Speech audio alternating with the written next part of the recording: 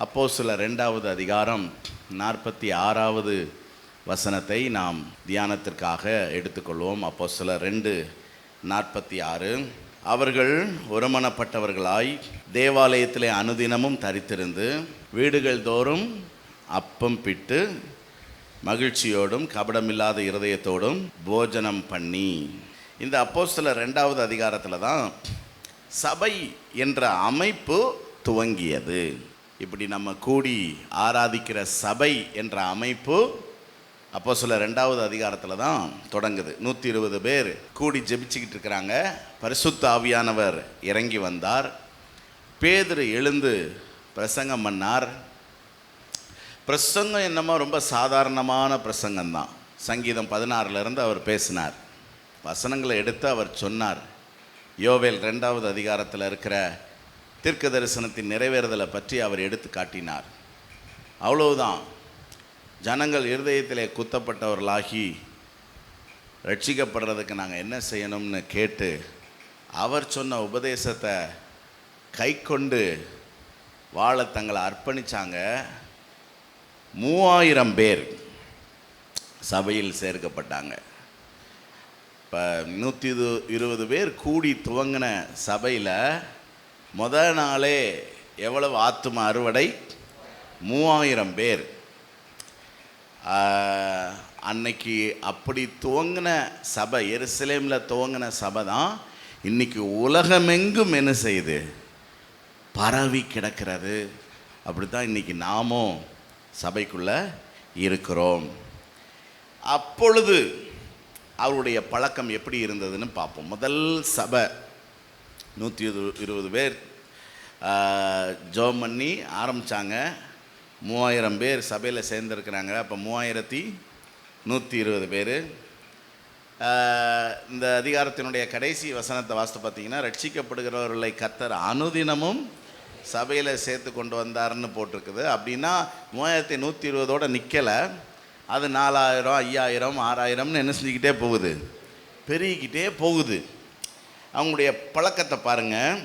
41வது வசனத்தில் 3000 பேர் சபையில் ஞான ஸ்நானத்தின் மூலம் சேர்க்கப்பட்டார்கள் அப்படிங்கிறத நீங்கள் பார்க்கலாம். ஸோ சபையில் சேர்த்து கொள்ளப்படுதல்னா அதுக்கு என்ன தகுதி? ஞான ஸ்நானம், முழுகி ஞான ஸ்நானம் பெற்றுக்கொள்ளணும். ஞான ஸ்நானத்துக்கு என்ன தகுதி? மனம் திரும்பணும்.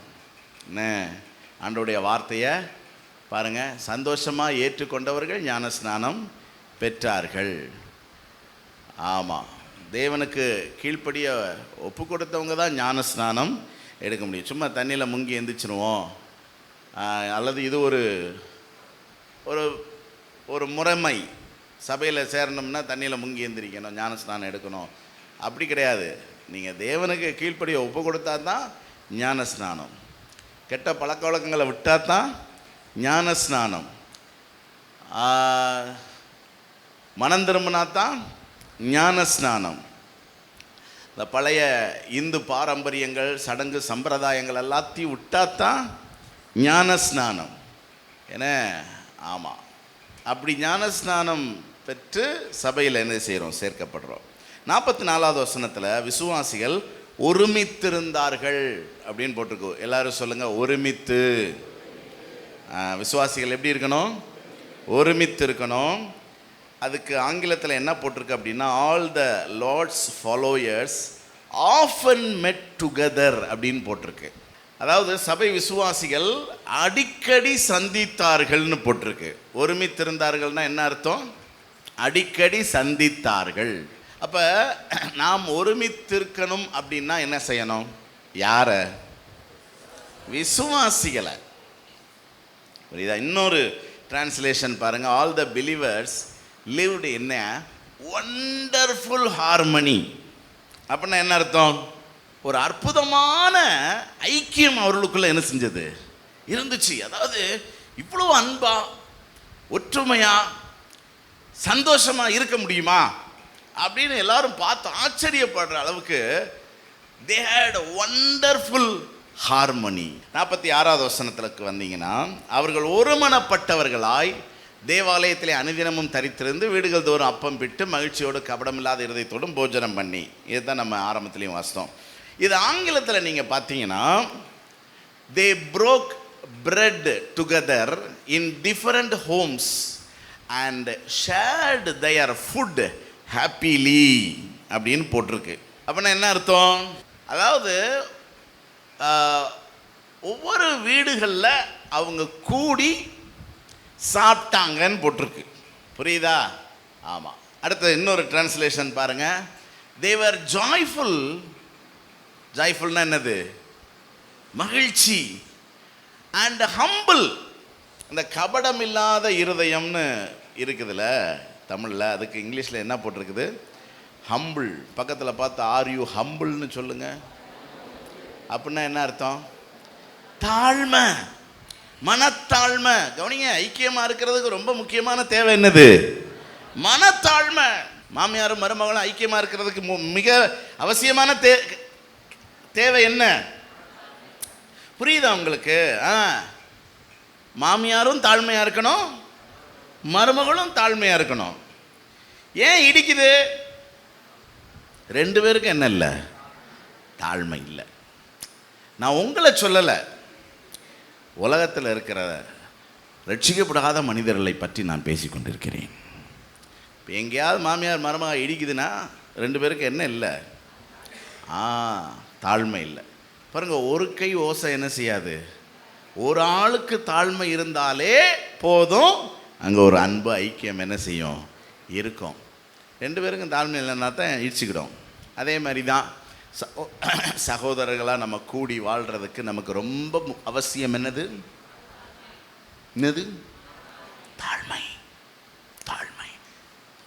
சரி, இங்கே humble. as they ate at each other's home and shared their food. அதாவது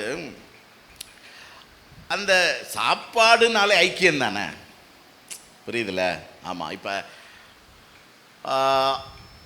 ஒருத்தர் வீட்டில் ஒவ்வொரு நாள் அவங்க சாப்பிட்டாங்க அப்படின்னா என்ன அர்த்தம்? ஐக்கியப்பட்டார்கள். புரியுதுல? ஐக்கியப்பட்டார்கள். இப்படித்தான் ஆதி சபை இருந்தது. பாருங்க, இதுதான் ஐக்கியம். அதுக்குன்ட்டு நீங்கள் ஒவ்வொரு வீட்டில் போய் சாப்பிடுங்கன்னு நான் சொல்லலை, ஆனால் சாப்பிடுங்க. புரியுதா? சாப்பிட்றதுக்காக நம்ம கூடலை, ஐக்கியப்படலை. அல்ல, ஐக்கியப்படுறதுக்காக நம்ம என்ன செய்யலாம்? சாப்பிடலாம். கொஞ்ச நாளைக்கு முன்னாடி கூட நீங்கள் ஐக்கியத்தை பலப்படுத்துறதுக்காக நீங்கள் வீடுகளில் விருந்து வைக்கலாம், ஹோட்டலுக்கு போகலாம் அப்படின்லாம் சொன்னோம். நிறைய பேர் அப்படிலாம் சந்தோஷமாக போயிட்டு வந்தாங்க. ஹோட்டலுக்கெலாம் போய் சாப்பிட்டு ஃபோட்டோலாம் போட்டாங்க. அப்படித்தான் அந்த ஐக்கியம். இதுதான் ஐக்கியம். இப்போ 3000 பேர், ஒரு கணக்குக்கு சொல்கிறேன், ஓரிடத்தில் கூடி ஆராதிக்கலாம். ஆனால் 3000 பேர் ஐக்கியமாக இருக்க முடியாது, அல்லது ஐக்கியத்தை வெளிப்படுத்த முடியாது. அதற்கு என்ன தேவை? வீடுகள் தோறும். புரியுதுல? சிறு சிறு குழுக்களாக கூடி ஐக்கியப்படுவது. சிறு சிறு குழுக்களாக, அதுதான் பராமரிப்பு குழு. பாருங்க, நாமும் 100 200 இருக்கிற வரைக்கும் இது தேவைப்படலை. நம்ம இப்போ வளருகிறோம், பெருகுகிறோம். ஒன்றை புரிந்து கொள்ளுங்க, வளருகிற சபைக்கு தான் இந்த பராமரிப்பு குழு என்ற அமைப்பு தேவை. அல்லது பராமரிப்பு குழு என்ற அமைப்பு எந்த சபையில் இருக்கிறதோ அந்த சபை தான் வளரும். ஸோ நம்ம சபை என்ன சபை? வளருகிற சபை, பெருகிற சபை. நம்முடைய தரிசனம் என்ன? எண்ணிக்கையிலும் தரத்திலும் சபையை வளர்ப்பதன் மூலமாக சிவகாசியை தேவபக்தியாய் மாற்றுவது. அதுதான் எண்ணிக்கையிலும் தரத்திலும் சபையை வளர்ப்பதன் மூலமாக. சொல்லுங்க, எண்ணிக்கையிலும் தரத்திலும் சபையை வளர்ப்பதன் மூலமாக. புரியுதா? ஸோ எண்ணிக்கையிலும் நம்ம வளரணும், நம்முடைய சபை தரத்திலும் என்ன செய்யணும், வளரணும். அப்போ நம்ம வளர்றோம்னா என்ன அர்த்தம்? இந்த சிவகாசிய தேவபக்தியுள்ள ஊரா நம்ம என்ன செய்கிறோம், மாற்றுறோம். நம்ம எல்லாரும் எங்கே இருக்கிறோம்? ஆண்டிப்பட்டி, கூமாப்பட்டி, எங்கே இருக்கிறீங்க? கோடம்பாக்கம், கல்பாக்கம், எங்கே இருக்கிறீங்க நீங்கள்லாம்? சிவகாசி. இப்போ சிவகாசியில் இருக்கிற ஜனத்தொகையில் இங்கே ஒரு 500 பேர் தேவபக்தி உள்ளவர்களாக மாறிட்டாங்க. இப்போ நம்ம சபையில் 5000 பேர் ஆயிட்டோம் அப்படின்னா என்ன அர்த்தம்? சிவகாசியில் இருக்கிற 5 லட்சத்தில் 5000 பேர் யார் ஆயிட்டாங்க? தேவபக்தி உள்ளவர்களா மாறிட்டாங்க. நம்ம ஒரு 1 லட்சம் பேராக இருக்கிறோம் சபையில். என்ன அர்த்தம்? சிவகாசியில் இருக்கிற 5 லட்சத்தில் 1 லட்சம் யார் ஆயிடுச்சு? தேவ பக்தியுள்ள ஜனங்களா என்ன செஞ்சிட்டாங்க, மாறிட்டாங்க. புரியுதுல உங்களுக்கு? அதுதான் அப்ப சபையின் வளர்ச்சி நம்ம ஊரின் மறுமலர்ச்சி. சொல்லுங்க, சபையின் வளர்ச்சி சிவகாசியின் மறுமலர்ச்சி. புரியுதா? அப்ப சிவகாசி எப்ப மாறும்? சபை வளரணும். ஏன் சபையை வளர்க்கணும்னு புரியுதா உங்களுக்கு? ஆமாம், ஏன் சபை வளரணும்னு நீங்கள் புரிஞ்சுக்கிடணும். இது ஏதோ அரசியல் அமைப்பு கிடையாது, இது தேவராஜ்யம். தேவராஜ்யம். ஆமாம், தேவராஜ்யத்தை பற்றி ஆண்டவர் சொல்லும்போது அது கடலிலே வலையை போட்டு சகலவிதமான மீன்களையும் வாரிக்கொள்ளுகிற வலைக்கு ஒப்பாயிருக்கிறது. சபை என்னது? சகலவிதமான மீன்களையும் வாரிக்கொள்ளுகிற வலைக்கு ஒப்பாயிருக்கிறது. சபை என்னது? சகலவிதமான மீன்களையும். புரியுதா உங்களுக்கு? அப்ப சகல ஜனங்களும் சபைக்கு என்ன செய்யணும்? அதனால தான் ஆண்டவர் சொன்னார், என்னுடைய வீடு சகல ஜனங்களுக்கும். பாருங்க, நீங்க உலகம் எங்கும் போய் 4-5 ஜாதியை என்ன ஆக்கிருங்க. என்ன சொன்னார் கர்த்தர்? சகல ஜாதிகளையும் சீசராக்குங்கள். இப்ப நம்ம சபையில என்னென்ன ஜாதி எல்லாம் இருக்கணும்? எல்லா ஜாதியும் இருக்கணும். நான் சொல்றது புரியுதா? ஏன்னா நம்ம இங்க ஒரு சபைக்குள்ள வந்துட்டா நம்ம எந்த ஜாதின்னு கிடையவே கிடையாது. புரியுதா? ஆமா, பக்கத்துல பார்த்து நீங்க என்ன ஜாதின்னு கேளுங்க. யாராவது ஜாதி பேரை சொன்னீங்க, ஆமா, மெம்பர்ஷிப்பை கேன்சல் பண்ணி விட்டுருவோம். இந்த சபை பரிசுத்த ஜாதி. புரியுதா? வெளியே இருக்கிற எல்லா ஜாதியும் உள்ள வந்துடணும். உள்ள வந்துட்டா நம்ம என்ன ஜாதி? பரிசுத்த ஜாதி, அவருக்கு சொந்தமான ஜனம். புரியுதா? ஆமா. அப்ப இதான் நம்முடைய தரிசனம். திரும்ப போடுங்கப்பா. எண்ணிக்கையிலும் தரத்திலும் சபையை வளர்ப்பதன் மூலமாக சிவகாசியை தேவ பக்தியுள்ளதாக மாற்றுவது. அதாவது மாற்ற வேண்டும்னு போட்டுருவோமா? அல்ல, வேண்டாம், சரியாக தான் இருக்குது என்ன? ஓகே. ஒருவேளை நீங்கள் தமிழ் லிட்ரேச்சர் ஏதாவது படிச்சிருந்தீங்கன்னா ஏதாவது மாற்றினா நல்லாயிருக்கும். ஏன்னா சொல்லும்போது ஒரு மாதிரி ரைமிங்காக என்ன செய்யணும், வரணும். அதை சொல்லுவோமா ரைமிங்காக? என்னது மறந்து போச்சு அதுக்குள்ள? சபையின் வளர்ச்சி சிவகாசியின். சார் சூப்பர்யா. ஓகே. அப்போ நம்ம வளருவதற்கு அவசியமான சிஸ்டம் என்னது? பராமரிப்பு குழு. நம்ம வளரணும்னா, சபை வளரணும்னா நமக்கு தேவையான ஒரு சிஸ்டம் என்னது சொல்லுங்க பார்க்கலாம்? பராமரிப்பு குழு. இந்த பராமரிப்பு குழு என்ற அமைப்பை நீங்கள் புரிந்து கொள்ள வேண்டும். ஒன்று, பாஸ்டருக்கு கீழே தேவனால் ஏற்படுத்தப்பட்ட தலைமைத்துவத்திற்கு கீழ்ப்பட்டு இருப்பது. பாஸ்டருக்கு கீழே தேவனால் ஏற்படுத்தப்பட்ட தலைமைத்துவத்திற்கு கீழ்ப்பட்டு இருப்பது. அதாவது ஒன்று நீங்கள் தலைவராக இருக்கணும், அல்லது உங்களுக்கு ஒரு தலைவர் இருக்கணும். சரியா? ஆமாம், சொல்லுங்கள். தலைவரெல்லாம் கை வைத்து காட்டுங்க பார்க்கலாம். நல்லா நல்லா, வெரி குட். கை கீழே போடுங்க. எனக்கு தலைவர் இருக்கிறாரு அப்படிங்கிறவங்க கை வைத்து காட்டுங்க. எந்த தலைவருங்கிறது ரொம்ப முக்கியம். நீங்கள் பாட்டுக்கு தாவேகா கட்சி தலைவரை என்ன செஞ்சிடாதீங்க. அந்த தலைவரை சொல்லலை. சபையில் பாஸ்டருக்கு கீழே தேவனால் ஏற்படுத்தப்பட்ட தலைவர். அப்போ நீங்களும் தலைவராக இல்லாமல், உங்களுக்கு தலைவரும் இல்லாமல் அப்படி இருக்கக்கூடாது. நான் நேரடியாக பாஸ்டரை பார்த்துக்கிறேன் அப்படி சொல்லக்கூடாது. நேரடியாக பாஸ்டரை பார்க்கணுன்னா லீடர் ஆகுங்க. நீங்கள் லீடர் ஆகிறதுக்கு முன்னாடி ஒரு லீடருக்கு கீழே என்ன செய்யணும்? இருந்து வளரணும். வளர்ந்து ஊழியம் செஞ்சு தலைவரானால் தான் பாஸ்டரை நேரடியாக பார்க்க முடியும். நான் சொல்கிறது புரியுதா உங்களுக்கு? ஆமாம். ஏன்னா நம்முடைய சபை வளருகிற சபை. ஏன் சபையை வளர்க்கணும்? சிவகாசியை நம்ம என்ன செய்யணும்? மறுரூபமாக்கணும், மாற்றணும் தேவபக்தியா. சரி, அப்போ நம்பர் 1 தலைமைத்துவத்துக்கு கீழ்ப்பட்டிருப்பது. நம்பர் 2 வாரத்தில் ஒரு நாள் கூடுவது, ஐக்கியப்படுவது, நட்பை வளர்ப்பது, ஒருவருக்கொருவர் ஆவிக்குரிய வளர்ச்சிக்கு உதவுவது. என்ன? ஆமாம், அதுக்காகத்தான் இந்த கேர்சல். ஸோ வாரத்தில் ஒரு நாள் நம்ம கூடணும். நம்ம ஆரம்பத்தில் வாஸ்த வசனத்தில் அப்படி தானே இருந்துச்சு. they often met together. அவர்கள் ஒருமித்திருந்தார்கள்ங்கிறதுக்கு என்ன இங்கிலீஷில்? they often met together அப்படின்னா என்ன அர்த்தம்? அடிக்கடி சந்தித்தார்கள். சொல்லுங்க பார்க்கலாம். பக்கத்தில் இருக்கவங்க கை கொடுக்கணும். நம்ம அடிக்கடி சந்திக்கணும். புரியுதா உங்களுக்கு? இப்போ வாரத்தில் ஒரு நாள் நம்ம கூடுறதுக்கு இதெல்லாம் சந்திப்புன்னு கிடையாதுங்க. புரியுதா? ஆமாம், வர்றோம், உட்கார்றோம், முடிஞ்ச உடனே கிளம்பி வீட்டுக்கு போகிறோம். அதுதான், அவ்வளோதான் செய்ய முடியும்.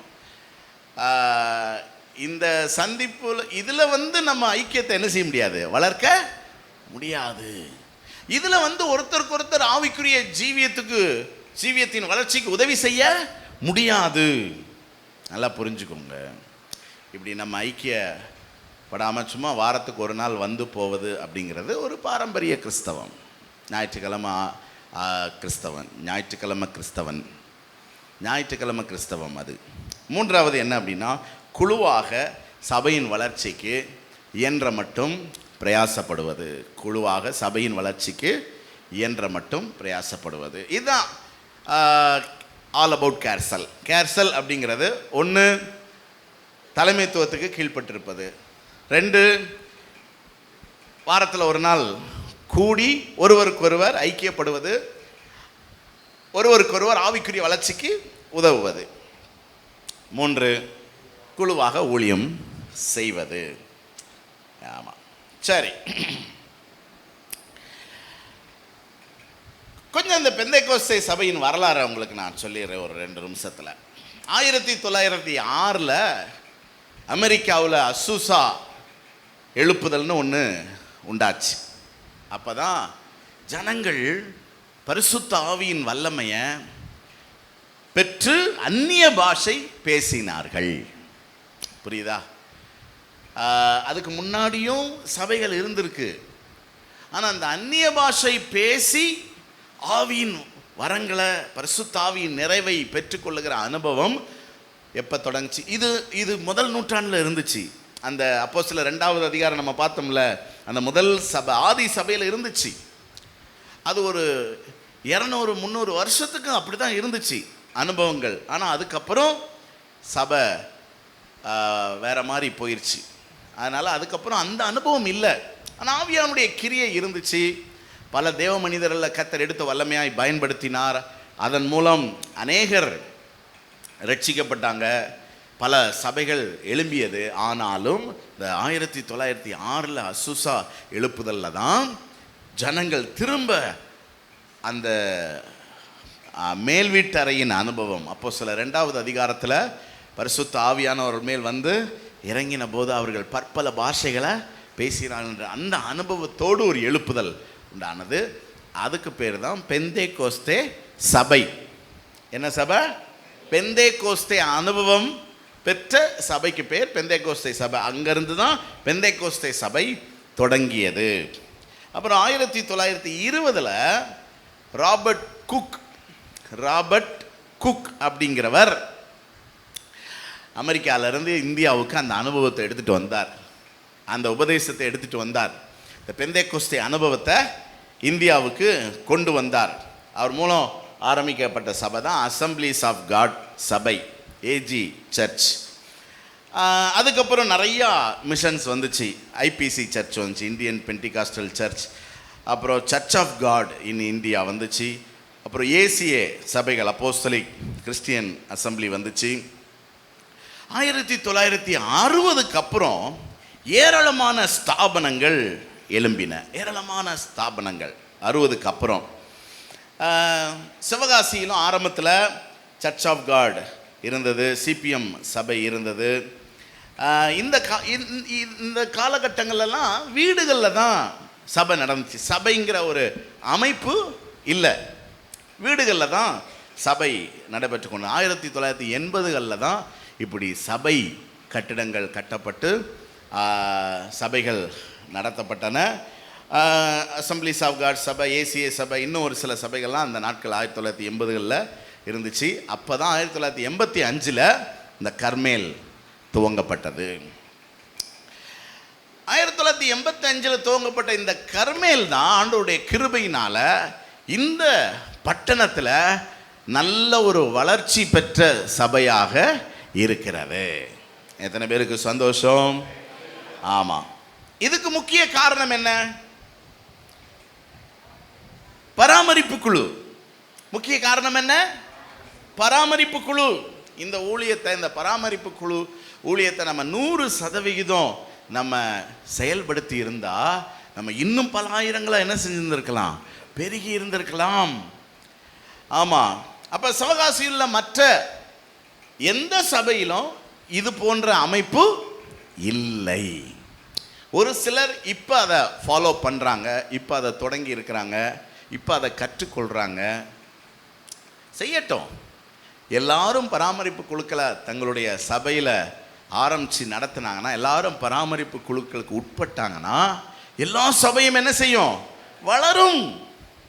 சிவகாசியில் இருக்கிற 5 லட்சம் பேரை நம்ம ரீச் பண்ணுறதுக்கு நம்ம ஒரு சபை என்ன செய்யாது? போதாது. நம்முடைய சபையில் ஆயிரங்களாய் 10,000களான, நம்முடைய சபையில் இல்லை, நம்முடைய ஊரில் சிவகாசியில் ஆயிரங்களாய் 10,000களான சபை ஆயிரங்களாய் எழும்ப வேண்டும். நான் சொல்றது உங்களுக்கு புரியுதா? நம்ம பட்டணத்தில் எங்கே பார்த்தாலும் என்ன இருக்கணும்? சபை இருக்கணும். அந்த சபையெல்லாம் நிரம்பி என்ன செய்யணும்? வழியணும். ஆமாம்.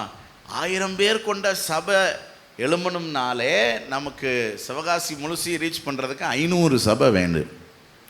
இன்னும் பெந்தைக்கோஸ்தை சபை 100 கூட தொடலை. நம்ம ஊரில் நல்லா தெளிவாக இயங்குகிறது ஒரு 50 சபை இருக்கும், அவ்வளோதான். ஆனால் நம்பர் ஆஃப் பீப்புள் வந்து ரொம்ப கம்மி தான். சரி, எப்படியோ வளரும் சபைக்கு என்ன தேவை? பக்கத்தில் பார்த்து கேளுங்க. வளரும் சபைக்கு என்ன தேவை? தண்ணி தேவை. என்ன தேவை? பராமரிப்பு குழு. எல்லாரும் சொல்லுங்க, பராமரிப்பு குழு. வளரும் சபைக்கு என்ன தேவை? பராமரிப்பு. சரி, இந்த பராமரிப்பு குழு என்பது எப்படி நமக்கு அவசியம் அப்படின்னு நான் உங்களுக்கு ஒரு 3 காரியங்களை சொல்ல போகிறேன். நம்பர் 1 என்ன அப்படின்னா, இந்த பராமரிப்பு குழு தான் சபையோடு அல்லது கிறிஸ்துவோடு நம்மை ஐக்கியப்படுத்துகிறது. சபையோடு அல்லது கிறிஸ்துவோடு நம்மை ஐக்கியப்படுத்துகிற இடம் எது? பராமரிப்பு குழு. ஓகே. சபைங்கிறது மற்ற ஜனங்கள்லாம் போய் சாமி கும்பிட்டு வராங்கல்ல, அந்த மாதிரியான ஒரு இடம் கிடையாது. இன்னொன்று, சபைங்கிறது இந்த கட்டிடம் கிடையாது. ஏன்னா அது மாதிரி சபை வந்து யாரையும் மதம் மாற்றுவது கிடையாது. சபை மதத்துக்கு உட்பட்டதும் கிடையாது. வேதம் சொல்லுது, அப்போஸ்தலர் 2:47 ரட்சிக்கப்படுகிறவர்ல கர்த்தர் சபையிலே சேர்த்து கொண்டு வந்தார் அப்படின்னு சொல்லுது. இப்போ இந்த சபை என்கிறத நீங்கள் புரிஞ்சுக்கணும் எப்படிங்கிறத. ஏன்னா கட்டிடம் கிடையாது அப்படிங்கிறோம், ஆனால் சபையில் கொண்டு வந்து கர்த்தர் சேர்த்தார்னு போட்டிருக்கு. அப்போ எந்த சபையில் சேர்த்தாரு அப்படின்னு நமக்கு ஒரு கேள்வி வரும். கர்மேலில் சேர்த்தாரா, சர்ச் ஆஃப் காடில் சேர்த்தாரா, அசம்பிளிஸ் ஆஃப் காடில் சேர்த்தாரா, அல்லது ஆண்டவர் எந்த சபையில் ஆட்களை சேர்ப்பார்? புரியுதா? அதுக்கு தான் நான் உங்களுக்கு விளக்கம் சொல்ல போகிறேன். சபைங்கிறது இந்த கட்டிடமோ அல்லது நம்ம பேர் வச்சுருக்கிறோம்ல அந்த பேனர்லாம் கிடையாது. இதெல்லாம் நம்ம சௌரியத்துக்கு, நம்ம ஆராதனைக்கு கூடுகிறதற்காக ஒரு இடம். அவ்வளோதான். சபை எபேசியர் 4:12 சொல்லுது. எபேசியர் 4:12 கிறிஸ்துவின் சரீரமாகிய சபை. மஞ்சள் கலரில் இருக்குல்ல, அதை வாசிங்க பார்க்கலாம். அப்போ சபை என்பது என்னது? கிறிஸ்துவின் சரீரம். சபை என்பது என்னது? கிறிஸ்துவின் சரீரம். அப்போ சபை யாரு? நம்ம தான். அப்போ நம்ம யாரு? கிறிஸ்துவின் சரீரம். பக்கத்தில் இருக்கிறவங்க தோள் மேலே கை போட்டு நம்ம தான் சபை. அப்போ நம்ம யாரு? கிறிஸ்துவின் சரீரம். சரியா? இங்கே வாப்பா. இவர் தான் சபை.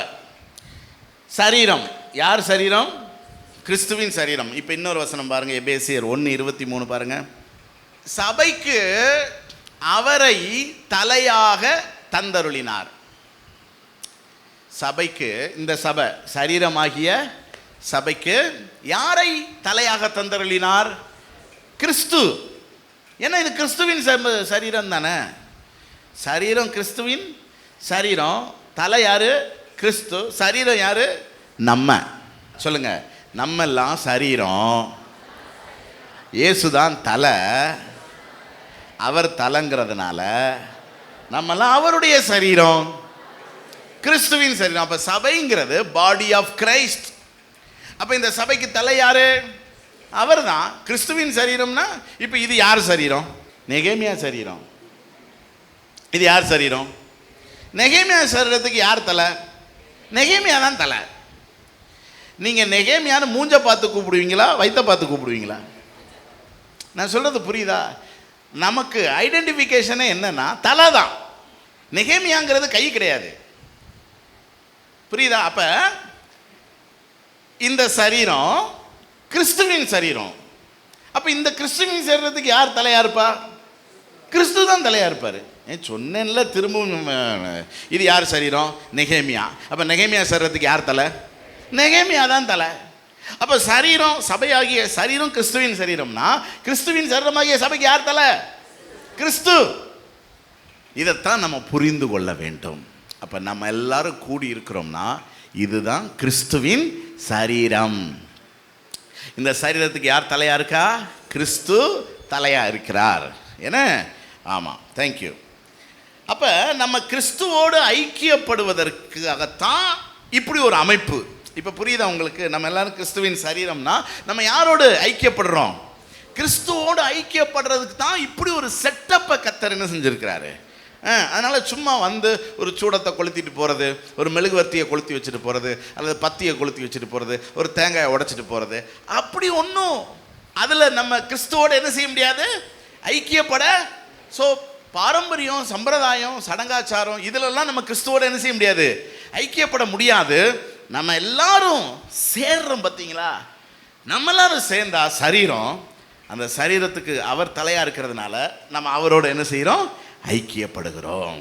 அப்ப சபை ஆராதனைக்கு சும்மா வந்து போறதுனால நம்ம கிறிஸ்துவோட ஐக்கியப்பட்ட முடியுமா அப்படின்னா முடியாது. ஏன் முடியாது? கவனிங்க, நம்ம எல்லாரும் சரீரம்னா நம்ம எல்லாரும் எப்படி இருக்கணும், ஐக்கியமாக இருக்கணும். இப்போ என் உடம்புல ஏதாவது தனியாக இருக்கா? அப்படி ஒருவேளை இந்த கை தனியாக போச்சுன்னா என்ன ஆகும்? என்ன ஆகும்? செத்து போகும். இந்த கை இந்த சரீரத்தோடு இருக்கிற வரைக்கும் தான் ஆரோக்கியமாக இருக்க முடியும். புரியுதா? அப்போ நம்ம எல்லாரும் சரீரம்னா நம்ம எல்லாரும் இந்த கிறிஸ்துவின் சரீரத்தில் அவயவங்களாக என்ன செய்கிறோம், இருக்கிறோம். அப்போ நம்ம எல்லாரும் ஐக்கியப்படுவதின் மூலம்தான் யாரோட ஐக்கியப்படுகிறோம். அதுக்கு தான் இந்த அமைப்பை கர்த்தர் என்ன செஞ்சிருக்கிறார், கொடுத்துருக்கிறாரு.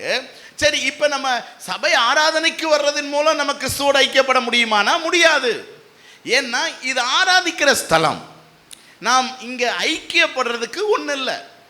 சும்மா 1-2 பேரை நம்ம பார்க்குறோம், விசாரிக்கிறோம், அவ்வளோதானே தவிர இங்கே அந்த ஃபெல்லோஷிப் இல்லை. அதனால தான் நீங்கள் அந்த வசனத்தை பாருங்கள், 44-46 முத வாஸ்தவம்ல அந்த வசனம் 46. அவர்கள் ஒருமனப்பட்டவர்களாய் தேவாலயத்திலே தரித்திருந்து, அவங்க எல்லாரையும் ஜெபம் பண்றதுக்கு எங்க போறாங்க, தேவாலயத்துக்கு போறாங்க. ஃபெல்லோஷிப்புக்கு எங்க போறாங்க, வீடுகளுக்கு போறாங்க. எல்லாரும் சொல்லுங்க. ஆராதிக்க ஆலயத்துக்கு வரோம், ஐக்கியப்பட குழுவுக்கு போறோம். என்ன குழு? மகளிர் சுய உதவி குழு இல்லை. என்ன குழு? பராமரிப்பு குழு. ஆராதனைக்கு எங்க போறோம்? ஆலயத்துக்கு. பாருங்க, அதான் அந்த காலத்துல இருந்த சிஸ்டமே. ஆராதனைக்கு ஆலயத்துக்கு போனோம், ஐக்கியத்துக்கு எங்க போனோம்? அப்ப நம்ம ஐக்கியப்பட்டாதான் யாரோட ஐக்கியப்பட முடியும்? புரியுதுல? அப்ப நம்ம சபையில் இருக்கிற எல்லாரும் அதுக்குன்னு நம்ம அத்தனை பேர் ஐக்கியப்பட முடியாது. ஆனால் சபையில் இருக்கிற சிலரோடையாவது நம்ம எப்படி இருக்கணும்?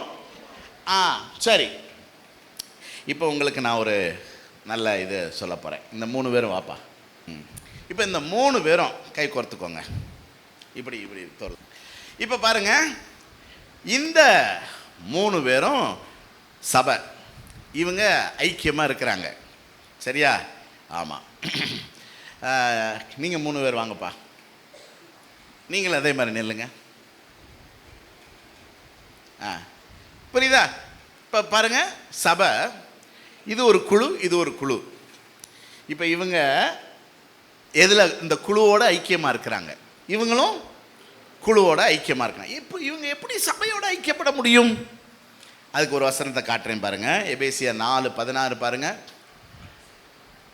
சரீரம் முழுவதும் உதவியாக இருக்கிற கணுக்களினால் இசைவாய் கூட்டி இணைக்கப்பட்டு ஒவ்வொரு அவயமும் தன் தன் அளவுக்கு தக்கதாக கிரியை செய்கிறபடி பக்தி விருத்தி உண்டாக்குகிறதற்கு ஏதுவாக.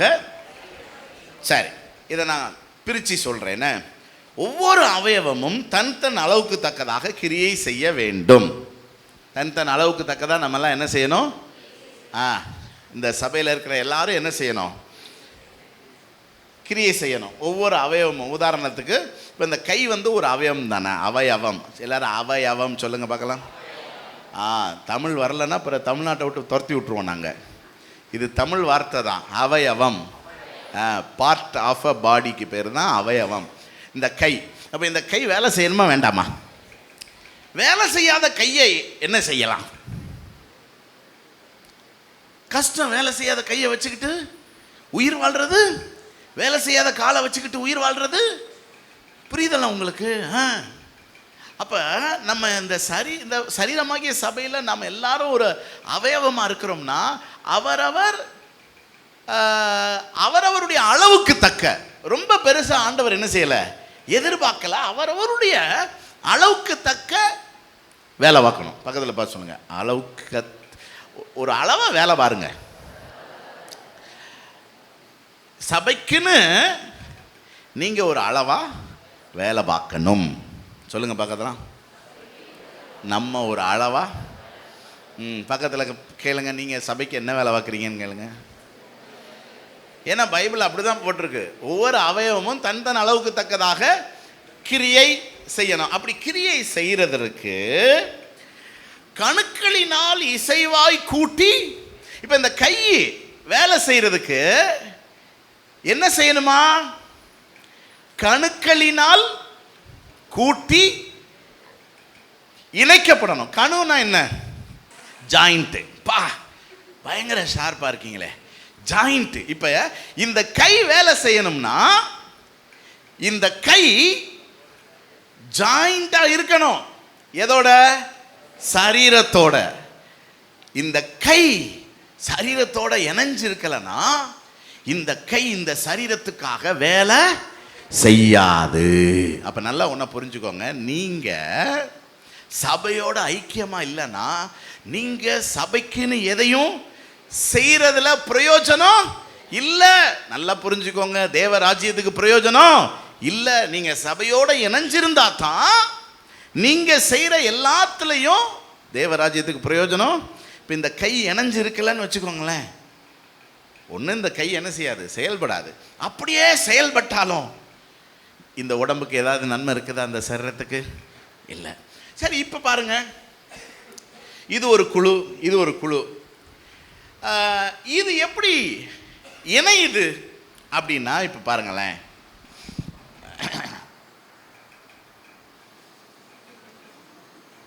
இப்போ நான் என்ன செஞ்சிருக்கிறேன்? நான் யாரு? பாஸ்டர். நான் யாரு? தலை மாதிரி வச்சுக்கிடுவானே, நான் தலை, நான் பாஸ்டர். நான் இப்போ என்ன பண்ணியிருக்கிறேன்?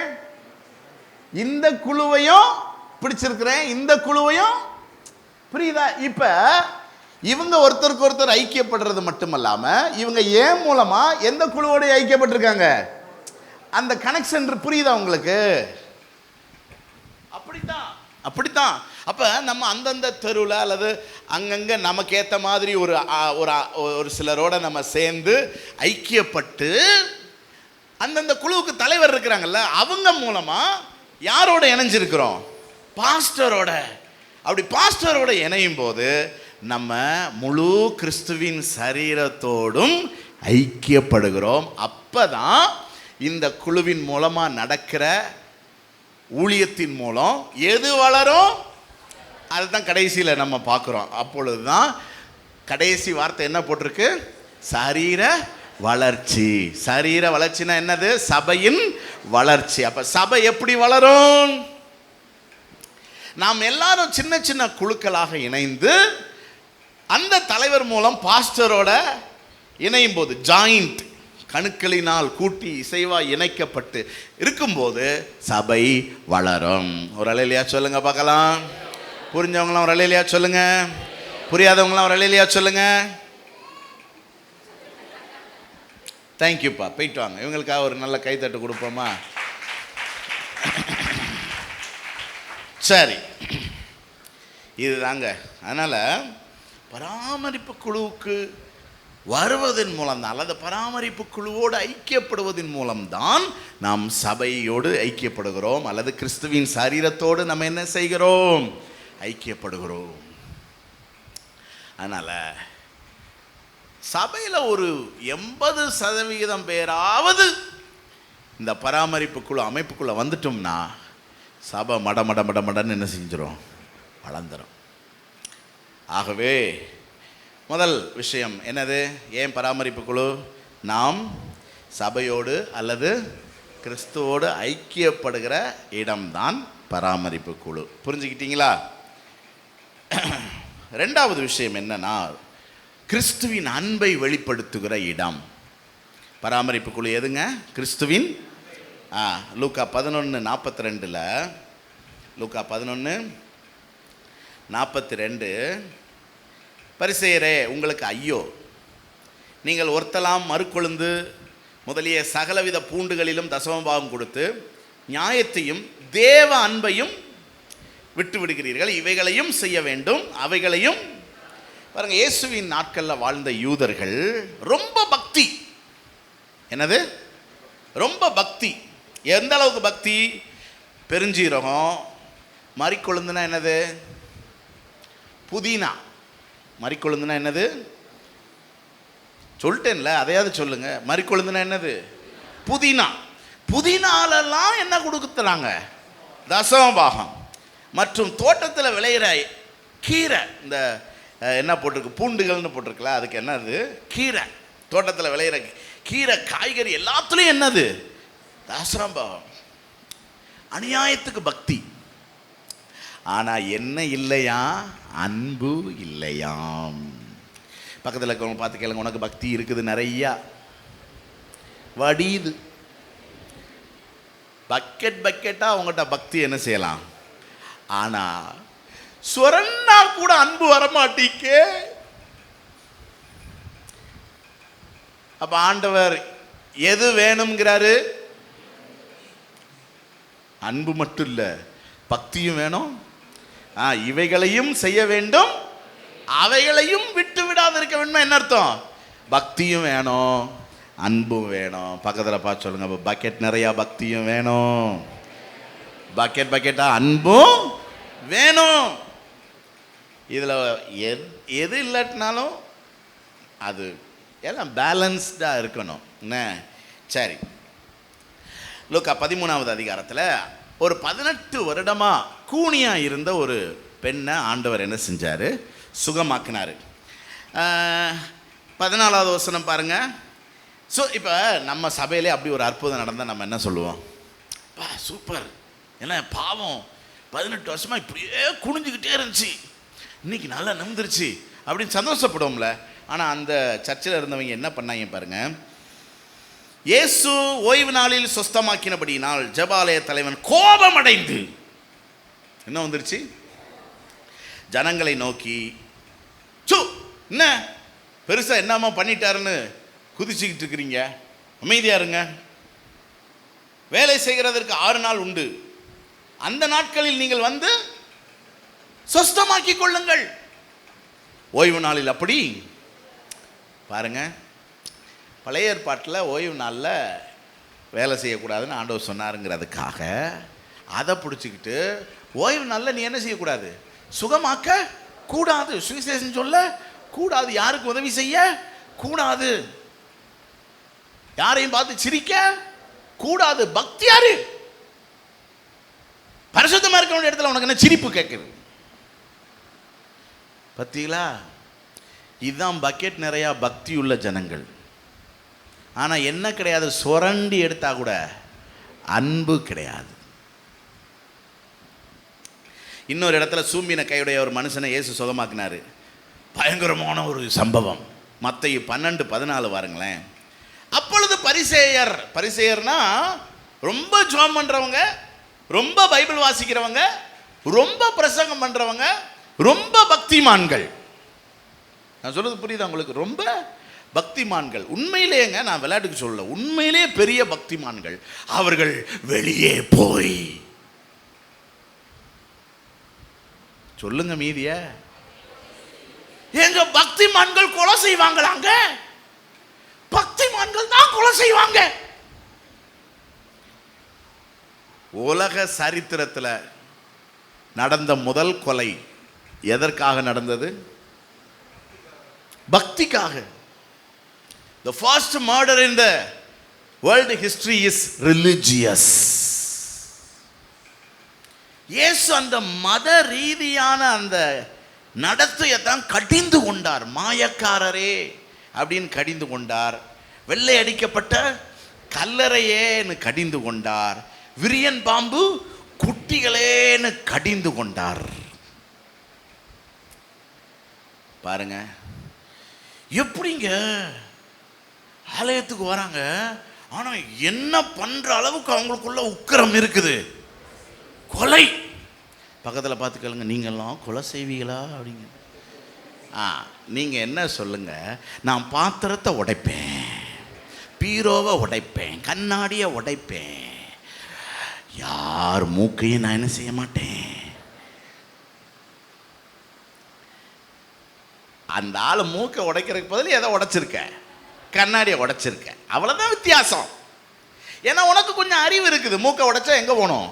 ஜெயிலுக்கு போகணும். நியாயமா இதெல்லாம்? சொல்லுங்க. அன்பு இல்லை. அன்பு கொலை செய்யும் அளவுக்கு குணம். இவங்களுடைய இந்த மாய்மாலத்தை விளம்பரப்படுத்துறதுக்கு தான் ஆண்டவர் ஒரு உவமை சொன்னார். ஒருத்தன்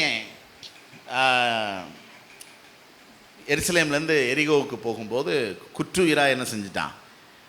ஆமாம், ஒரு திருடைங்க வந்து அடித்து போட்டாங்க. இங்கே வாப்பா, உட்காரு.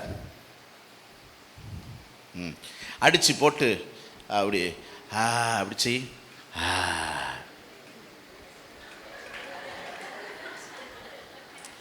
அடி வாங்கி அப்படி நடிப்பு வராதா? சரி, இப்போ அடித்து கிடக்குறாங்க பாருங்க. முதல்ல வந்தது யாரு? ஒரு ஆசாரியன். ஆசாரியன்னா யாரு? பாஸ்டர். இதை மட்டும் வேகமாக சொல்லுங்க, பாஸ்டர். என்ன, பாஸ்டர் வராரு. உனக்காக நீ என்னை என்கிட்ட கெஞ்சி ஏதாவது, ஐயா ஐயா, கடவுள் தாமே உம்மை ஆசீர்வதிப்பாராக, பிதா சுதன் ஆவியின் பெயராலே, ஆமென். போயிட்டாரு. என்ன சொல்லிட்டு போயிருக்காரு? உனக்காக ஜெபம் பண்ணிக்கிறேன்ப்பா, என கடவுள் உன்னை கைவிட மாட்டார், நம்ம படைச்ச தெய்வம் உன்னை கைவிட மாட்டார் பாப்மா. ரெண்டாவது வந்தது யாரு? லேவியன். லேவியன்னா யாரு? Assistant pastor Shadrach. ஏன்னா ஆமாம், லேவியன்னா பணிவிடை ஊழியம் செய்கிறவர்கள். அப்போ மோகன் வச்சுக்கிடுவோம். ஏன்னா அல்லது நம்ம பசங்கள்லாம் இருக்காங்கல்ல, ஆமாம், அரவிந்தன் கூட வச்சு ஊழியக்காரங்க சபையில் அவங்க வராங்க. கேளு கேளு. பாஸ்டர் முன்னாடி போகிறாரு, நான் உனக்கு உதவி செஞ்சுக்கிட்டு இருந்தேன்னா அவர் என்னையை திட்டுவார். பாஸ்டரை பற்றி உனக்கு தெரியாது, நான் போய் கீபோர்டு வாசிக்கணும். பாருங்க, ஒரு சமாரியன் வாரான். அடிபட்டு கிடக்கிறது யூதன். யூதர்களும் சமாரியர்களும் கலக்க மாட்டாங்க. ஆனால் இந்த யூதர்கள் பார்த்தீங்கன்னா ரொம்ப அந்த பாரம்பரிய பக்தி வைராக்கியம் பிடிச்சவங்க. சமாரியர்கள் எல்லாம் 5 பைசா கூட மதிக்க மாட்டாங்க, ரொம்ப கீழ்த்தரமாக நடத்துவாங்க இந்த யூதர்கள். இப்போ இந்த சமாரியன் பாருங்க, இந்த யூதனோடு சம்பந்தப்பட்ட 2 பேர் உதவி செய்யலை. சம்பந்தம் இல்லாத இந்த சமாரியன் வந்து அவனுக்கு உதவி செஞ்சு அவன் வாகனத்தின் மேலே ஏற்றி பாருங்க, டைம் ஸ்பெண்ட் பண்ணுறான், ஏன்னா எனர்ஜியை ஸ்பெண்ட் பண்ணுறான். ஏன் இவனுக்கு வேலை இல்லையா சொல்லுங்க? ஆனால் தூக்கிட்டு போய் சத்திரத்தில் சேர்த்து பணம் ஸ்பெண்ட் பண்ணுறான். இதுதான் அன்பு. இதை எதுக்காக ஆண்டவர் சொன்னார்னா, உன்னை போல் பிறனை நேசின்னு ஆண்டவர் சொல்லும்போது, எனக்கு பிறன் யாருன்னு ஒருத்தன் கேட்குறேன். அதுக்கு தான் சொல்கிறாரு இங்கே ஒரு உன் கூட பிறந்தவன், உனக்கு பிடிச்சவன், அல்லது உனக்கு உன் இஷ்டத்துக்கெல்லாம் வர்றவன், இவங்களுக்கு மட்டும் நீங்கள் அன்பு பாராட்டுறதுக்கு பேர் அன்பு கிடையாது. சம்பந்தமே இல்லாத ஒருத்தனுக்கும் நீங்கள் என்ன செய்யணும்? மனுஷனாக இருக்கிறானா அன்பு காட்டணும். சில பேர்லாம் பாருங்கள், அந்த ரோட்டில் போகிற நாய்களுக்கெல்லாம் பிஸ்கெட்டை வாங்கி போடுவாங்க. ஆனால் ஒருத்தன் வந்து ஒரு ஐயா ஒரு 5 ரூபா கொடுங்கன்னா என்ன செய்ய மாட்டான்? தரமாட்டான். மனுஷனா என்ன செய்யணும்? அதில் ஜாதி மதம் இனம் எதுவுமே வித்தியாசம் கிடையாது, மொழி கிடையாது. மனுஷனா மதிக்கணும். உன்னிடத்தில் அன்பு கூறுவது போல பிறனிடத்திலும். இப்போ இதுக்கு எதுக்காக ஆண்டவர் சொன்னார்னா, இந்த பக்திமான்களுடைய மாய்மாலத்தை உரிச்சு காட்டுறதுக்கு தான். நான் சொல்றது புரியுதா உங்களுக்கு? நான் சொல்றது உங்களுக்கு புரியுதா? பாருங்க, பராமரிப்பு குழு என்பது ஏற்கனவே நான் சொன்னேன், நம்ம கூடி ஒருத்தர் ஐக்கியப்பட, அன்பு பாராட்ட, விசாரிக்க, ஒருத்தருக்காக ஒருத்தர் ஜெபம் பண்ண, ஏன்னா இதுக்காக தேவன் அமைத்த ஒரு கட்டமைப்பு. உபதேசங்கள்ல இந்த ஒருவருக்கொருவர்னு எத்தனை இடத்துல இருக்குதுன்னு நான் வேகமாக உங்களுக்கு காட்டுறேன் பாருங்க. உங்களுக்கு இந்த குறிப்போட நான் முடிச்சிருவேன். 1 பேதுரு 4:10 பாருங்க, ஒருவருக்கொருவர் உதவி செய்யுங்கள். இப்படி நம்ம ஒருவருக்கொருவர் உதவி செய்யறதுக்கான ஒரு கட்டமைப்பு தான் என்னது? பராமரிப்பு குழு, கேர்சல். அடுத்து பாருங்க, யாக்கோபு 5:16, ஒருவருக்கொருவர் குற்றங்களை அறிக்கையிட்டு ஒருவருக்கொருவர் ஜெபம் பண்ணுங்கள். ஒருவருக்கொருவர் எதுக்காக இதை சொல்றார் அப்படின்னா, வியாதி. அப்போ நம்ம ஒரு கேர்சல்ல இருக்கும்போது நம்ம ஒருத்தர் விசாரித்து ஒருவருக்காக ஒருவர் நம்ம என்ன செய்யலாம்? ஜெபிக்கலாம். பாருங்க, நம்ம வியாதியில் இருக்கும்போது தான் நம்மளை யாராவது வந்து பார்க்க மாட்டாங்களா அப்படின்னு நமக்கு ஒரு ஏக்கம் என்ன செய்யும்? இருக்கும். புரியுதா? அப்படி நம்ம வியாதியில் இருக்கும்போது இப்படி நம்மளை 4 பேர் வந்து பார்க்க வராங்கல்ல, அது ஒரு சந்தோஷத்தை கொடுக்கும்ல. அப்போ நமக்கு என்ன தோணும் தெரியுமா? இப்படியே கொஞ்ச நாள் வியாதியாக இருந்தால் நல்லா இருக்குமே, நம்மளெல்லாம் வந்து என்ன செய்கிறாங்க? பார்க்க வர்றாங்களே. என்னைக்காவது சும்மா இருக்கும்போது நம்மளை வந்து பார்க்க வந்தாங்களா? நம்மளை விசாரித்தாங்களா? நமக்கு ஆப்பிள் வாங்கி கொடுத்தாங்களா? பிஸ்கட் வாங்கி கொடுத்தாங்களா? கேக் வாங்கி கொடுத்தாங்களா? வியாதியில் படுத்தா தான் பார்க்க வராங்க. சரி, படுத்தாலாவது பார்க்க வராங்களே, சந்தோஷப்படணும். இப்போ பாருங்கள் என்ன பிரச்சனை, நம்ம சபை இவ்வளோ பெருசாக இருக்குது. சிலருக்கு வியாதினா எனக்கு தெரியவே தெரியாது. சிலர் குவாச்சிக்கிறாங்க. நான் வியாதியாக இருந்தேன், நான் ஆஸ்பத்திரியில் இருந்தேன், என்னைய பாஸ்டர் பார்க்கவே வரல. ஏன்? கனெக்ஷன் இல்லை. என்ன கனெக்ஷன் இல்லை? அவங்களுக்கு ஜபக்குழுவோட கனெக்ஷன் இல்லை, ஜபக்குழு தலைவருக்கு என் கூட கனெக்ஷன் இல்லை.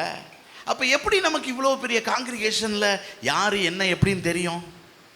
நான் சொல்கிறது புரியுதா? அப்போ நம்ம குழுவாக இருக்கும்போது குழுவுக்குள்ளே நம்ம ஷேர் பண்ணிக்கிறோம். சோம்பலாமல் இருக்கேன், ஜோம் பண்ணிக்கோங்க. உடனே அந்த குழு தலைவர் பாஸ்டர்கிட்ட தெரியப்படுத்துகிறார், சபையில் தெரியப்படுத்துகிறார், ஜப குறிப்பு என்ன செய்கிறாரு எழுத்தார். அப்புறம் அவங்க போய் சந்திக்கிறாங்க, ஒருத்தருக்கு ஒருத்தர் என்ன செய்கிறாங்க, இன்றைக்கி நீ போய் சந்தி, நாளைக்கு. இப்போ சில பேர்லாம் பார்த்தீங்கன்னா ஹாஸ்பிட்டல் அட்மிட்டாக இருப்பாங்க. நானும் ஹாஸ்பிட்டல் அட்மிட்டாக இருக்கிறவங்ககிட்ட கேட்குற முக்கியமான கேள்வி என்னென்னா, உங்களுக்கு யார் சாப்பாடு செஞ்சு கொண்டு வரா அப்படின்னு. பாருங்கள், நிறைய பேருக்கு அந்த மாதிரியான வசதி கிடையாது. அவங்க சொல்லுவாங்க, வெளியே ஹோட்டலில் தான் வாங்கி சாப்பிட்றோன்பாங்க. பாருங்கள், சாப்பிட்லாம், ஹோட்டல் இருக்குது, எல்லா பக்கமும் இருக்குது. சில ஆஸ்பத்திரிலாம் அவங்களே கூட சாப்பாடெல்லாம் தராங்க, அது இல்லை. ஆனால் இந்த மாதிரி ஒரு சந்தர்ப்பத்தில் தான் நம்ம நம்முடைய அன்பை என்ன செய்ய முடியும்? புரியுதா உங்களுக்கு?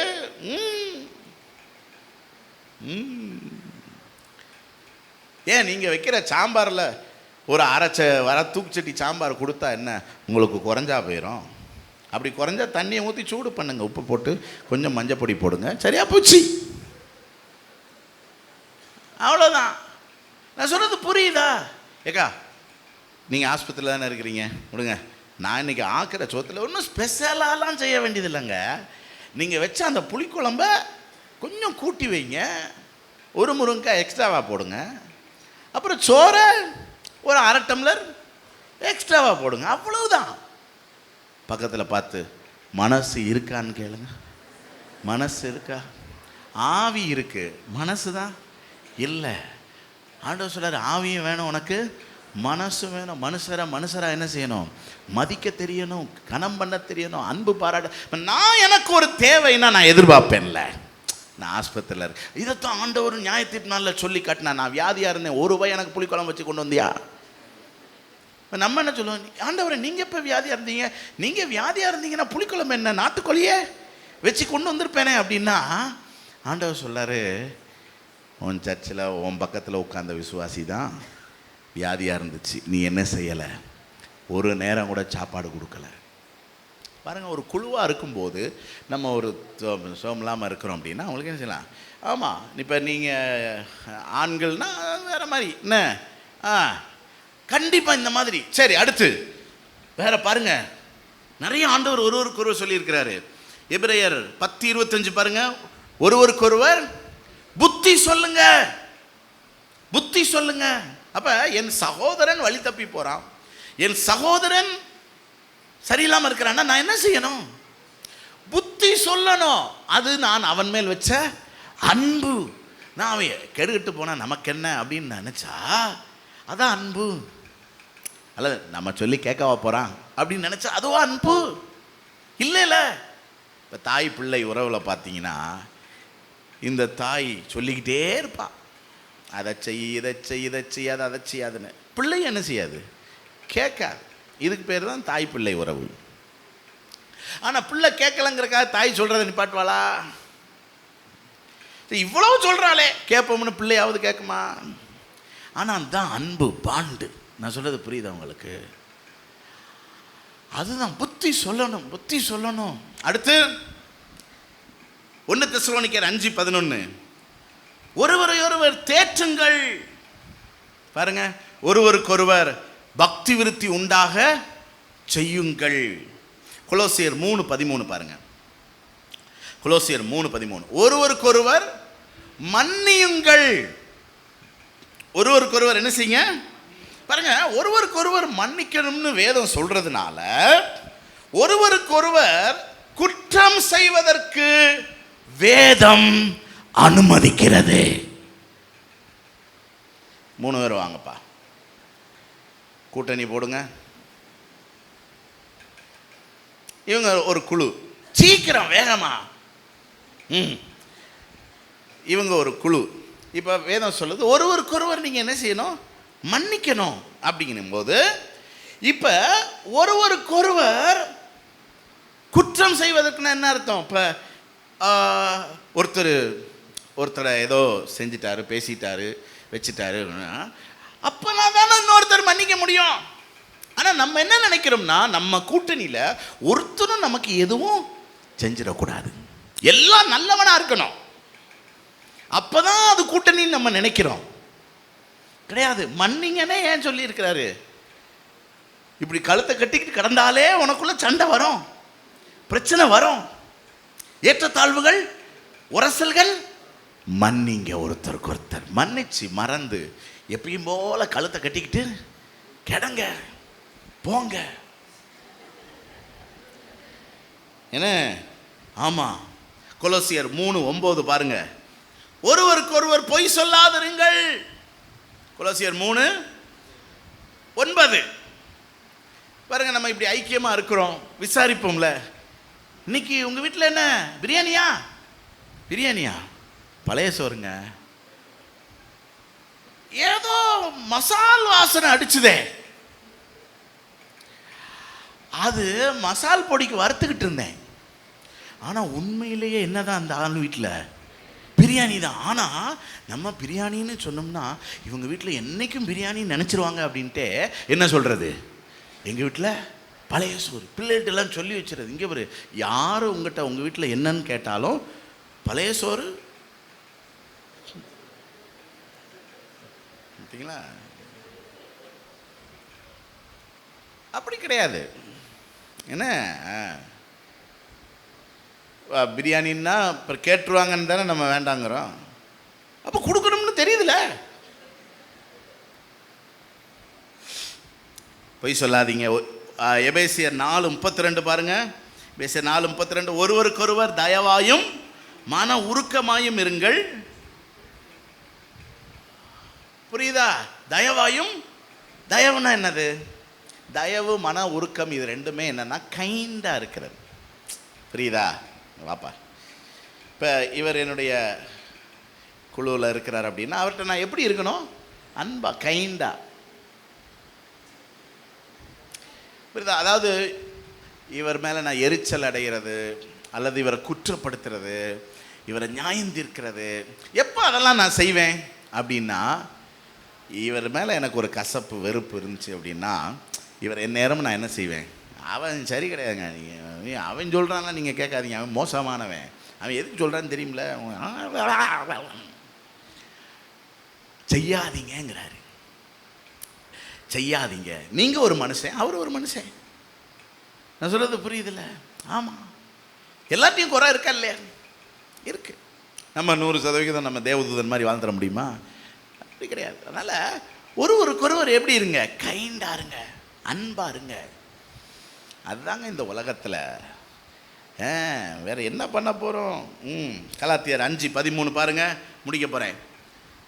சுயாதீனத்துக்கு அழைக்கப்பட்டிருக்கிறீங்க, சுயாதீனத்தை மாம்சத்துக்கு எதுவாக அனுசரியாம அன்பினாலே ஒருவருக்கொருவர் என்ன செய்யுங்க? சொல்லுங்கள், ஒருவருக்கொருவர் என்ன செய்யுங்க? என்ன ஊழியம்? ஏதாவது ஒரு பணிவிடை ஊழியம், அவங்களுக்கு ஏதாவது உதவி செய்யுங்க, ஊழியம் செய்யுங்க, ஹெல்ப் பண்ணுங்க. எதனால ஹெல்ப் பண்ணுங்க? Out of love. சொல்லுங்க, அவுட் ஆஃப் அன்பினால அவங்களுக்கு நீங்க ஊழியம் செய்யுங்க. ரோமர் 12:10 கடைசியா, ரோமர் 12:10 கனம் பண்ணுகிறதுலே ஒருவருக்கு ஒருவர் என்ன செய்யுங்க? முந்தி கொள்ளுங்க. புரியுதா? இப்ப இங்க வாங்க வாங்க வாங்க வாங்க வாங்க, பிரைஸ் லார்ட், எப்படி இருக்கிறீங்க? இப்படி செய்யணுமா அல்லது அங்கிருந்து வா?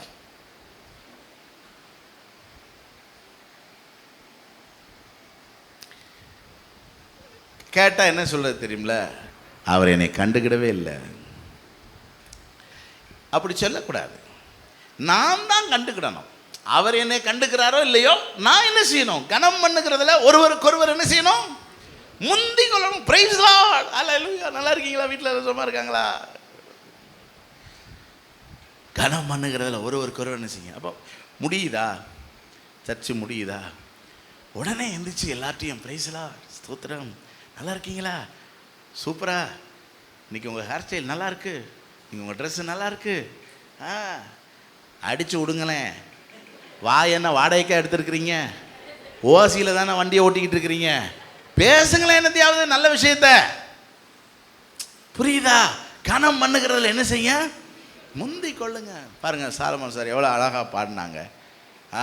போய் கை கொடுத்து, சார் சூப்பர் சார், நீங்கள் பாடுற அன்னைக்கு தான் சார் நான் தூங்காமல் உட்காந்து நான் பாட்டை கேட்டுக்கிட்டு இருக்கிறேன், சொல்லுங்களேன்.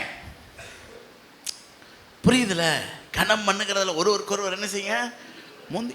நம்மளை யாராவது வந்து பார்த்து பேசணும், நம்மகிட்ட யாராவது வந்து கை கொடுக்கணும், நம்மளை யாராவது வந்து விசாரிக்கணும், நம்மளை யாராவது வந்து புகழணும், அப்படி அந்த சுயநல வாழ்க்கை என்ன செஞ்சிருங்க, விட்டுருங்க.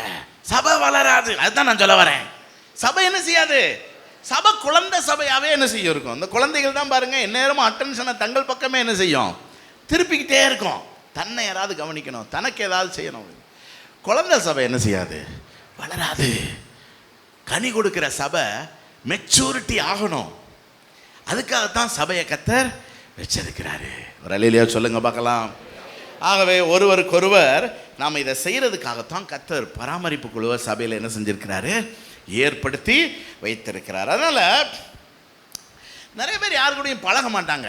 எதுக்கு தெரியுமில, நமக்கு எந்த வம்பும் என்ன செய்யக்கூடாது, நானாச்சு அப்படின்லாம் என்ன செய்யக்கூடாது. அல்லது என்ன செய்வாங்க அப்படின்னா, தங்களுக்குன்னு சில செலக்டிவாக ஆட்களை வச்சுருப்பாங்க. அவங்க வந்து இவங்க போக்குக்கு ஏற்ற மாதிரி ஆட்கள், அவங்களோட மட்டும் ஹாய் பாய். அப்படி கிடையாதுங்க. நம்மலாம் பரலோகம் போகிற கூட்டம். நான் சொல்கிறது புரியுதுல? அதனால் அன்பு அன்பு. ஆகவே இந்த அன்பு ஐக்கியம் இதை ஷேர் பண்ணுறதுக்கு தான் குழுவே. நான் சொல்கிறது புரியுதா? அதனால் 2 விஷயத்தை பார்த்துருக்கோம் போதும். 1, பராமரிப்பு குழு ஏன் நமக்கு ரொம்ப அவசியம், அப்போ தான் நம்ம சபையோட கிறிஸ்துவோட என்ன செய்ய முடியும், ஐக்கியப்பட முடியும். 2வது, தேவ அன்பை நம்ம அப்படித்தான் வெளிப்படுத்தி நமக்கு பரலோகத்தில் பலன்களை சேர்க்க முடியும். நாமும் மறுரூபமாக முடியும். கிறிஸ்துவை போல அவருடைய சாயலுக்கு ஒப்பா நம்ம என்ன செய்ய முடியும், மறுரூபம் ஆக முடியும். இந்த பராமரிப்பு குழு அமைப்பு மட்டும் கரெக்டாக இருந்துச்சுன்னு வச்சுக்கோங்களேன், நம்ம எல்லாருமே பரலோகத்துக்கு என்ன செஞ்சிடலாம், போயிடலாம். யாரும் என்ன செய்ய மாட்டாங்க, ஆண்டவரை விட்டு வழி விலகி போக மாட்டாங்க. புரியுதா? ஆமாம். அவர் நல்ல சகோதரர் ரட்சிக்கப்பட்ட வந்தார். அவர் ரட்சிக்கப்பட்ட ஆரம்ப நாள், அதாவது ரட்சிக்கப்பட்ட அந்த சூழ்நிலை எனக்கு ரொம்ப ஆச்சரியமான ஒரு விதம். முத அவங்க மனைவி தான் என்னை வீட்டுக்கு ஜோம் பண்ண கூப்பிட்றாங்க. நான் போகிறேன். போனால் உள்ளேருந்து ஒருத்தர் கையில் கட்டிட்டு இப்படி வெளியே வந்தார். ஏங்க இதுதான் பாஸ்டர்னார். அப்படின்ட்டு போனார். அவர் முகத்தில் அப்படி ஒரு இருள், கார் இருள். நம்மளை மதிக்கவே இல்லை ஒரு ஆளாகவே. நான் ஜோம் பண்ணிட்டு வந்துட்டேன். கொஞ்ச நாள் கழித்து பார்த்தீங்கன்னா அவர் என்ன செஞ்சிட்டாரு, ரட்சிக்கப்பட்டார். ஆச்சரியம். அவர் முகத்தில் அப்படி ஒரு பிரகாசம் இருக்கும். உற்சாகமாக கூட்டங்களுக்கு வருவார். ஆமாம் ஆமாம். முந்தி அவருக்கு நிறையா கெட்ட பழக்கங்கள்லாம் உண்டு. அவன் முக்கியமாக தண்ணி அடிப்பார். அதனால் அப்புறம் அவர் ரட்சிக்கப்பட்ட சபைக்கு வந்தார். ரொம்ப உற்சாகமாக இருப்பார். பாருங்கள், சபையில் நல்ல ஐக்கியமாக இருக்கும்போது அவர் நல்லா இருந்தார். அப்புறம் இங்கே வேலை சரியில்லைன்ட்டு வெளியூர் போயிட்டார். நான் அங்கேயும் ஒரு சபையை காட்டினேன், நீங்கள் இந்த சபைக்கெல்லாம் போகணும்னு. போய்கிட்டு தான் இருந்தார். கொஞ்ச நாள் கழித்து அப்படியே வழி விலகி போய் திரும்ப பயங்கரமாக தண்ணி அடிக்க ஆரம்பிச்சிட்டார். ஆனால் இப்பையும் மாதத்தில் ஒரு நாள் ஃபோனை போட்டுருவார். பாஸ்டர் எப்படி இருக்கிறீங்க, ஊழியம் எப்படி இருக்குது, அப்படி கரிசனையோட விசாரிப்பார். அப்புறம் வாங்க எங்கள் வீட்டுக்கு, கோழி அடித்து சாப்பாடு போடுறேன் அப்படி இப்படின்பார். குடும்பமாக வாங்கணும், குறிப்பாக பாப்பாக்கள்லாம் வரணும். ரொம்ப அன்பாக இருப்பார். ஆனால் அவரால் அந்த குடிப்பழக்கத்தை என்ன செய்ய முடியலை, விட முடியலை. நான் அந்த சபைகளுக்கு போகும்போது அந்த சகோதரியெல்லாம் நல்லா உற்சாகமாக இருக்கும். என்ன பிரதரை காணோம். ஆமாம், அந்த ஒரு வேலையாக போயிருக்காங்க. எந்த வேலை? அப்புறம் என்ன இன்னைக்கு காணோம், அன்னைக்கு தான் வேலையாக போனார், இன்னைக்கு அதான் வந்து இறக்கி விட்டுட்டு இந்த வாரேன்னு போயிருக்கிறாரு. எந்த வாரேன் பாருங்க. இன்னைக்கும் நேரில் பார்க்கும்போது அப்படி உருகுவார் நம்ம மேலே. ஆமாம், ஆனால் நல்ல கிறிஸ்தவராக தான் இருக்காரு. ஆனால் அவருக்கு அதுலேருந்து என்ன செய்ய முடியலை, விடுதலை பெற முடியலை. என்னன்னா ஒரு நல்ல ஸ்பிரிச்சுவல் ஃபெல்லோஷிப் அவருக்கு இல்லை. அதுதான் பிரச்சனை. அப்போ பாருங்கள், நம்ம கேர்சல் போகிறது நம்முடைய நலனுக்காக மட்டுமல்ல, நம்முடைய சகோதரனுடைய நலனுக்காக. புரியுதா உங்களுக்கு? எல்லாரும் எழுந்து நிற்போமா?